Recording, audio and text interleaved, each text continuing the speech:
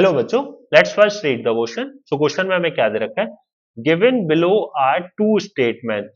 तो statement first में क्या दे रखा है बच्चों? Hyperconjugation is permanent effect. तो हाइपर कॉन्जुगेशन पहले होता क्या है, पहले ये जानते हैं। It is a delocalization of a sigma electron of CH bond of an alkyl group directly attached to an atom of unsaturated system और an atom with unshared p orbital.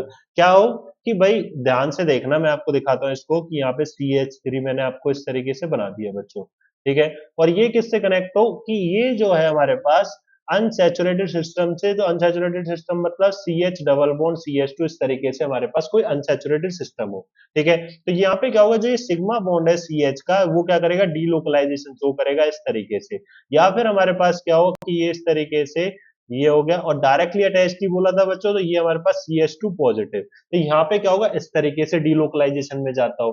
ठीक है, तो hyperconjugation is permanent effect. बिल्कुल, hyper conjugation आपका क्या होता है, permanent effect होता है। स्टेटमेंट सेकंड क्या है, hyper conjugation is ethyl cation. किसमें बच्चों? इथाइल कैटायन में। तो मैंने ये आपका इथाइल कैटायन बना रखा है CH3 CH2, और यहाँ पे आपके पास क्या पॉजिटिव चार्ज है जो कि मिस हो गया बच्चों। ठीक है, क्या है, CH3 CH2 पॉजिटिव है ना।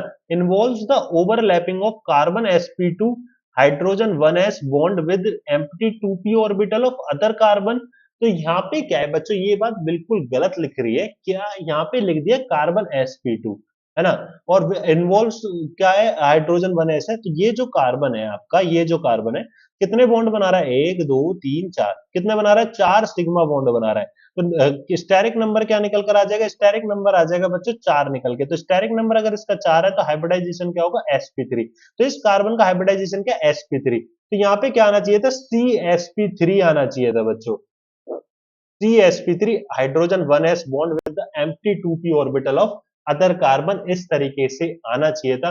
बट यहाँ पे sp2 लग रहा है, तो स्टेटमेंट सेकंड आपका क्या हो गया, गलत हो जाएगा। Choose the correct option. Statement first is incorrect, तो ये तो आपका गलत है बच्चों शुरू में ही। Statement first is correct but statement second is false, ये बिल्कुल सही है। Both statement first and statement second are false, ये आपका गलत।